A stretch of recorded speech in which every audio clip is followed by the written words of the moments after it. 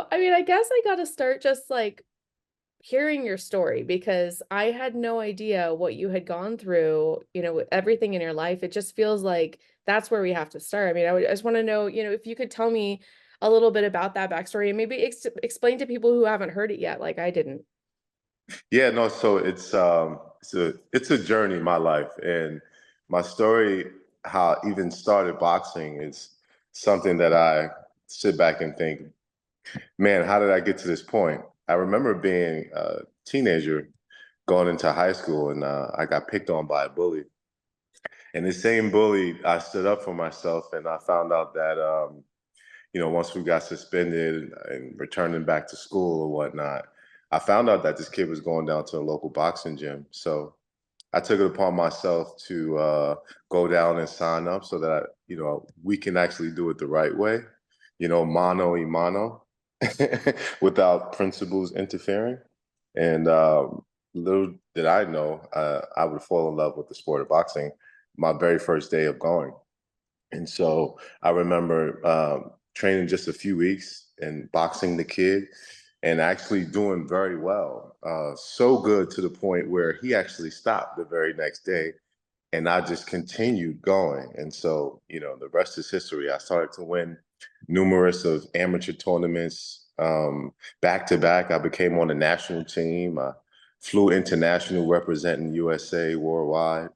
And it was just a tremendous amateur career for myself. And I also remember going pro, and I was at that time, I would like to consider myself as the LeBron James when he was going into the pros, how, I was a hot commodity and so many people was excited about my pro debut and just my pro career in general. And so I remember just going on that high horse and allowing myself to take my skills to take me where um, I always wanted to be, which was champion. Every fighter who sets out with their first pair of gloves envision themselves being champion.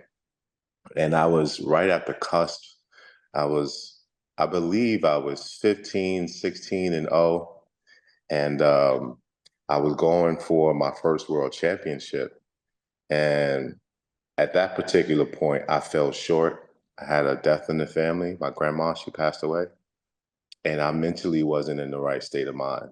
And so immediately after that, we had another fight where right after this particular fight, they sent us away. And when I say us, meaning the young up and coming boxers, I was signed to Oscar De La Hoya and Golden Boy at the time, and he went with us. We went to Iraq to visit the troops for a USO tour, which was pretty cool. I got a chance to see just exactly what the Army does, how they live, just their mindset, what all they endure while they over there.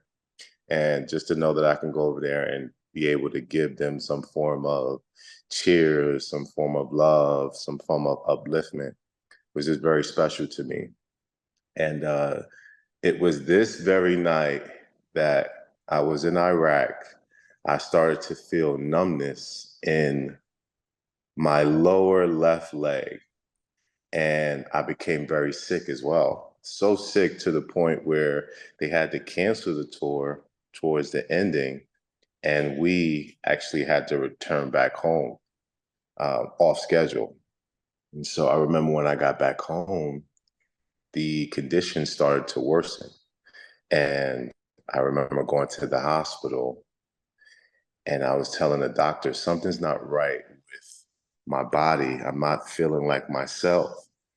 And they misdiagnosed me at that point. They said I had sciatica because of the symptoms that I was giving them. But, time went on and I became more and more weak as the days continued. And between the time that I went to the hospital to 2 weeks after, I went into the hospital on a little limp. And after 2 weeks, I was completely immobile. From the waist down, I was paralyzed. And so there was one morning where I woke up and I tried to get out of bed and I completely collapsed. And I heard a knock at the door. It was my godmother. Um, I had to crawl. I took some of the skills that they had taught me in Iraq. I had to crawl to the door and open up the door so that she can, assist me. And she looked at me and she was just completely distraught. She was crying. She said, "We got to get you to the hospital." And as soon as I went to the hospital, they said, this is really bad. They said, actually, someone who came in the hospital a few months ago had your same condition and they didn't live to tell the story. And Wow. so when they did a bunch of tests, they realized that I had a massive tumor wrapping itself around my spine. And so that's what left me partially paralyzed from the waist down. They said I had to get emergency surgery. And I went in on a Friday. Um, my godmother was like, "We gotta go to the hospital." I said, I'll just go on a Monday. It's bad, but it's not that bad. She said, "Are you kidding me? We are going to the hospital." And she forced me to go. And I'm glad she did, because when I got there, the doctor said, "You would not have made it to Monday because the pace of how fast the tumor was growing, it would have slowed your heart down. And, you know, worst case scenario, I could have died." So I was fortunate to go at the time that I did. And when they gave me immediate surgery, um, it was a 6 hour long surgery. It was very, whew, I think about it now, it was something to go through as a young man at the time. They gave me titanium rods in my spine to kind of hold my spine together, because the tumor did a lot of damage, actually. It chipped a little piece of my spine off. And so that's why they had to fuse the spine together.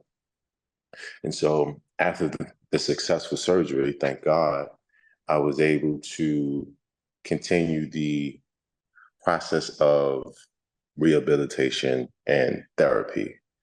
Um, but I remember before I left the hospital, the doctors had a talk with me. They all sat me at a round table, and it was like a movie. They rolled me in the wheelchair and they said, "Daniel, this is something serious we need to speak to you about. We don't think that you're ever going to be able to box again. You're going to have to look for a new path in life, and you're going to have to, you know, stay out of boxing gyms. You're going to have to, just alter your life in a way where it doesn't affect you, because you had severe surgery to where anything can happen. You can be paralyzed for the rest of your life." And so when I heard those words, it was just devastating for me. I remember feeling my heart drop, and they rolled me back to my room. And then a few days after, I was able to leave the hospital.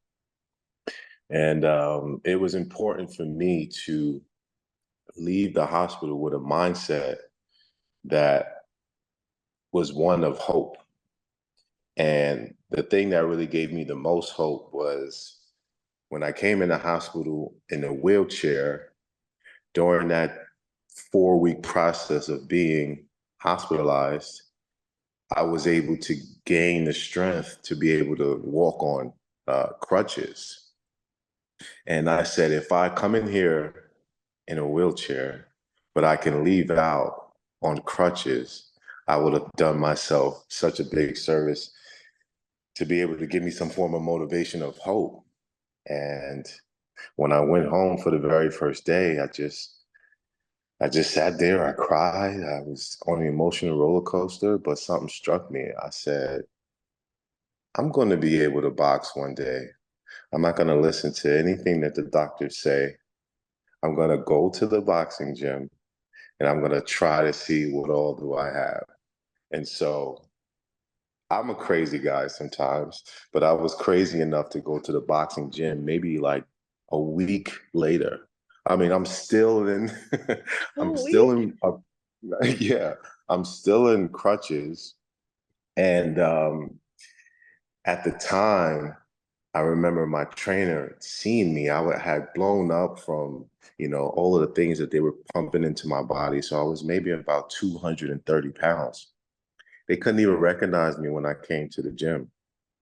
And I said, and of course my trainers and everybody knew the situation and the severity of things, and they all called me crazy and tried to send me home. But all I wanted to do was just have 2 rounds on the bag where I can just punch it light, gently, just to see what I had. And so I kept showing up every day. 2 rounds turned into 4 rounds, and then 4 rounds turned into 6 rounds. And I remember gaining strength. I remember thinking to myself, this actually might be a possibility. And so for me, knowing that I had dreams that hadn't been fulfilled yet, that was the determining factor of what was going to motivate me. I wanted to be champion, and I was going to do it by any means, even if that was going against what the doctor said, which was, you're never going to box again. Those words haunted me for a long time at that point. But it also motivated me because I come from Brooklyn, and there's a certain type of Brooklyn mindset that we all have, which is, we kind of take our destiny into our own hands, and we create.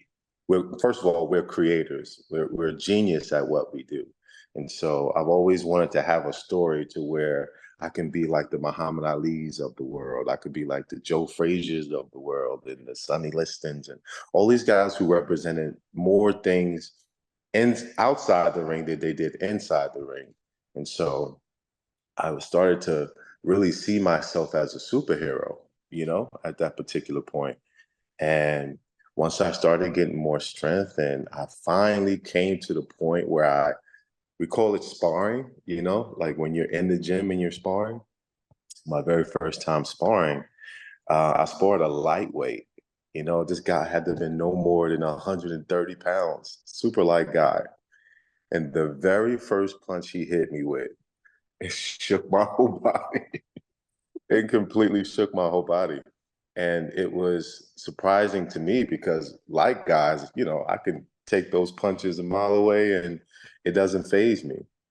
And so that added on to my motivation, because I said, I'm going to be able to smart this little guy one day and get past all of the things that he has done and allow me to get to where I ultimately want to be, which was in boxing shape to be able to perform again.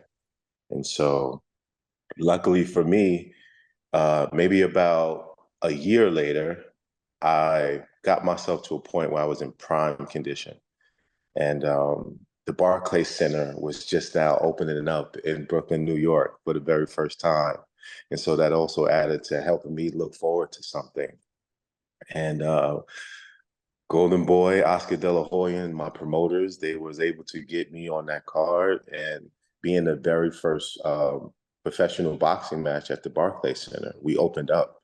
And so it was an incredible feeling for me. And I remember the day that, I went in there and seeing all of the fans, because so many people got wind of my story, and they was, inspired, and they was cheering, and they were just at awe to see me back. So winning that fight really put me in a position to where the championship was just like the main drive at that point. But it was very inspirational for many people, but ultimately for me, because I was able to take my career in my own hands. I was able to see exactly where I was to where I wanted to be, and just do it in a fashion where it was unprecedented. I was a cancer survivor who was paralyzed.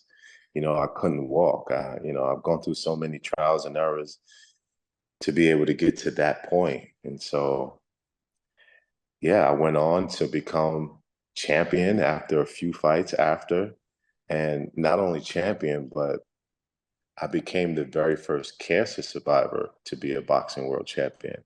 So that was special in itself, and accomplishing that, I could have really literally retired the next day, because to me, I just wanted to become champion, but I went on, and I went on to do so much more in my career and accomplish being 2-time middleweight champion of the world and having an impressive record, and hopefully being a part of the future Hall of Fame of boxing.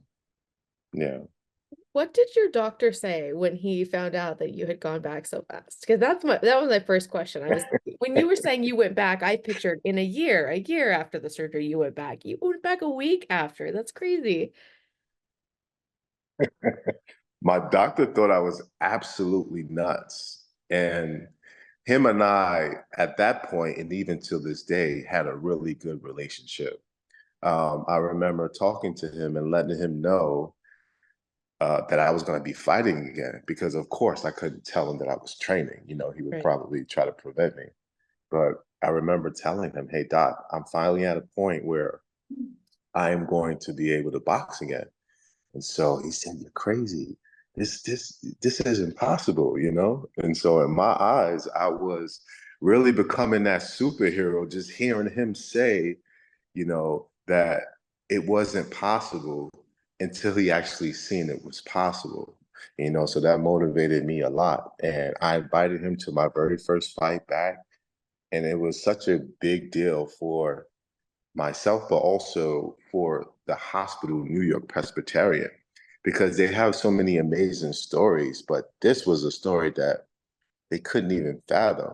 This was a story, and they actually did a commercial on me, New York Presbyterian, that went throughout New York and the tri-state area. I remember they actually played it on the Super Bowl one time. This is when I knew this story is just one of one. And I was just fortunate to be the guy to be able to, accomplish such great things. Which moment felt better? The fact that you were able to actually fight again and kind of break that saying that the doctor had said you're never fight again, or winning the title? Which feeling felt better? The feeling of just being back. I mean, the amount of energy that was residing through that building in the Barclays Center the very first night they had their boxing match was just, if I can go back and live that moment, I would say that's definitely one of the happiest moments of my life, aside from having my child. And yeah, I would definitely say that, just returning back, because all I wanted to do was just know how it felt to be a boxer again. Even as an amateur boxer and early pro, because I was so good at the time, I would avoid certain things. I would say, "Oh, I don't have to run 5 miles, or I don't really have to push myself 100%." But I remember being in a hospital for 2 months and being in a wheelchair. The highlight of my day was just literally, strolling myself to the window and seeing people at the bus stop and people pass by. And so I said, if I ever box again, all I want to do is the things that I never got a chance to really push myself on. I just wanted to run again. I said, if I ever run, I'm not going to do 5 miles. I'm going to do 10 miles, and things like that. So it's always just motivating for me, but it allowed me to see that don't take things for granted. Allow yourself to be blessed with gifts, but take advantage of that. Harness those things, push yourself to limits that you never thought, because when it's taken away, sometimes it don't come back, and it could be gone forever, and you'll be left with just doubt, grief, and the wishing you would have. Yeah. And I mean, and now where are you at in your career in terms of what are your goals coming up? Because you've achieved so much. It's like, is there anything left for you to really accomplish? Yeah, so I've been off boxing for for 2 years now. Just dealing with having a level of balance, because sometimes boxing can be a lot. Sometimes, and then my last fight was a loss. We got robbed in my last fight, and so I also wanted to go out on my terms once again. And so that's why this return means a lot to me, because I really get to have a conclusion to my story, but also to my career in a very defining way. And I'm looking forward to being back and eventually, hopefully, being in the Hall of Fame of boxing one day. Do you have any idea? I know you probably can't announce anything official, but do you have any idea of when you might return, or maybe some opponents you have in mind or anything like that? So I'll be returning this summer for sure. And there are a slur of champions and ex-champions that we have the potential to fight. I'm still ranked highly in the sanctions of boxing. So opponent isn't really the hardest thing. It's just about location and I mean just the inner boxing stuff that most people really wouldn't understand. But I can definitely say that I'll be back this summer. Do you want to fight in Brooklyn? Is that something that you think? Yeah, Yes. yeah, I knew that. I knew the answer to that. I think to have my last fight in Brooklyn would just be the sweetest story and the greatest feeling that I could ever accomplish. And boxing fans always want to know opinions about whatever it is that's big in boxing right now. I think, I always hear fans want to know who do you think hits the hardest? Who have you faced that you felt like besides that lightweight you were talking about earlier? Yeah. Who hit the hardest? So I fought many of champions, Hall of Fame type champions, such as Canelo Alvarez, Gennady Golovkin, and all these other great guys. But there was one guy in particular that I would say hit the hardest, but he never got a chance to hit me.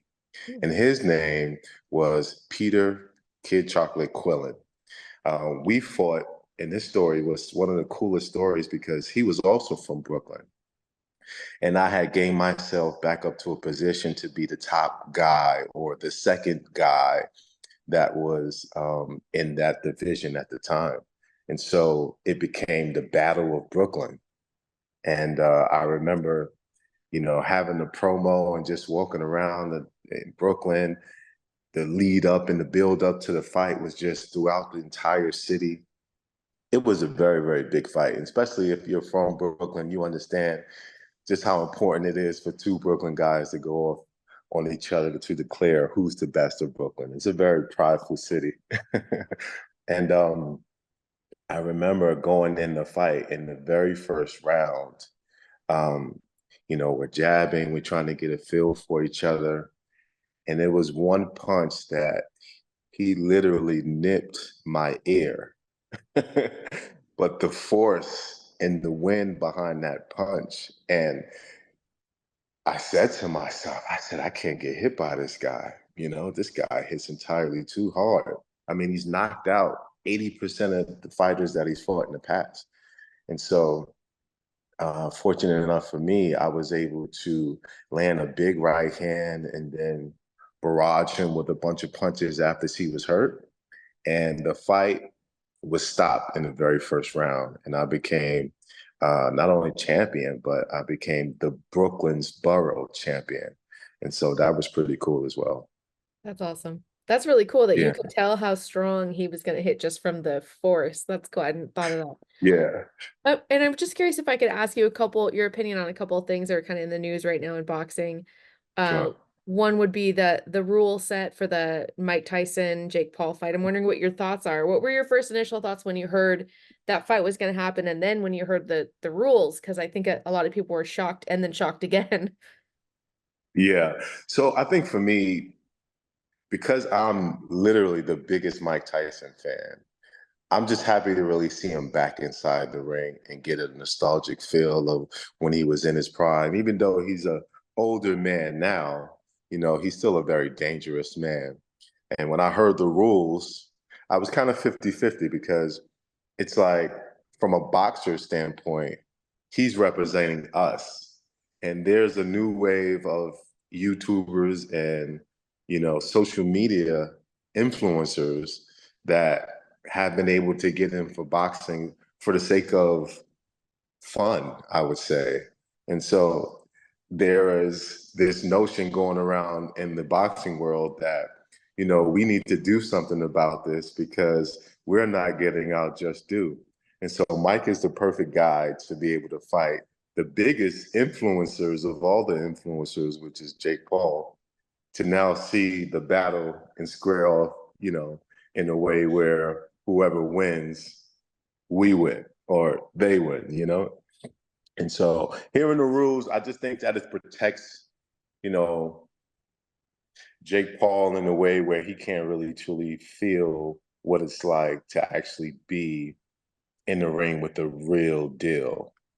But also, just being a fan of Mike, I feel like it protects him as well because we don't really know just how much he has left, even though, Mike Tyson will always have a punch. He would always have that experience. And it only can take, one round for him to actually get Jake Paul out of there. So it protects Jake more than anything, which I think true hardcore boxing fans really don't appreciate that.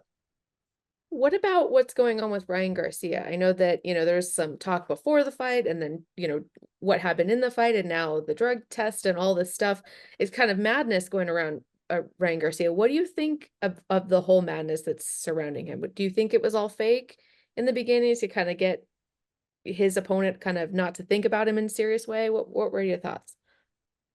Well, first I'll say my thoughts is I admire Ryan in a way where he's able to infuse both worlds, the boxing world and the influencer world, and he's able to really market himself in a way where it makes, because this is prize fighting at the end of the day. So, we're actually going there to fight for the most amount of money as we're risking our lives inside that ring every time we go in. And so his game planning was one that was unprecedented. Um, and he dominated as well. So for me, it was getting a chance to see the young guys, the new influencer boxing guys, really do their thing and show the world that it's a new wave of boxers. It's a new wave of how to do things. And as far as the allegations of the performance enhancement drugs, I can't really say because sometimes fighting needs to get their just due as far as the test results and, it actually coming out and being proven that he did something illegally.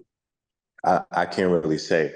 But as far as the fight itself, I can say that I was highly impressed by the fight and how Ryan took control and also how inside and out the ring, it was just a phenomenal showing the entire buildup. Last question for me. I've taken up so much of your time today, but what if you're looking at sort of the future of boxing, do you see a star kind of emerging, somebody that maybe the fans don't have their eyes on quite yet? Hmm. I think those guys at the lighter weights, which is the welterweights, the junior welterweights, Frank Martin is a guy that is now about to fight Tank Davis. He's an up and coming guy. There's a guy from Philly named Boost Ennis that I really like as well. And there's also a kid out in Las Vegas. I think he's one of Floyd's proteges. I forget his name. I start something with a C, but there are a ton of guys, that not only now have the skills, but now they understand how to market themselves and be, a representation of boxers, which boxers have really failed at getting the attention of the influencers. So now it's an infusion, and I think these new guys know how to do it right.